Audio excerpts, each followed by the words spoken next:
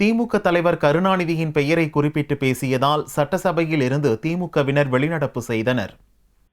திங்களன்று தமிழக சட்டசபையில் பட்ஜெட் மீதான விவாதத்தின் போது அதிமுக உறுப்பினர் நரசிம்மன் திமுக தலைவர் கருணாநிதி பெயரை குறிப்பிட்டு பேசினார். அதற்கு கண்டனம் தெரிவித்து திமுக உறுப்பினர்கள் வெளிநடப்பு செய்தனர். திமுகவுக்கு ஆதரவாக காங்கிரஸ் மற்றும் முஸ்லீம் லீக் கட்சி உறுப்பினர்கள் வெளிநடப்பில் ஈடுபட்டனர். பின்னர் செய்தியாளர்களிடம் பேசிய ஸ்டாலின், 13 முறை சட்டசபைக்கு மக்களால் தேர்ந்தெடுக்கப்பட்ட கருணாநிதியை அதிமுக உறுப்பினர் பெயரை சொல்லி பேசியதாகவும் அதிமுகவுக்கு ஆதரவாக சபாநாயகர் செயல்படுவதாகவும் குற்றம் சாட்டினார். தலைவர் கலைஞருடைய பெயரை சொல்லுகிற போது அது தவறில்லை என்று அவர் எங்களுக்கு விளக்கம் தந்தார்.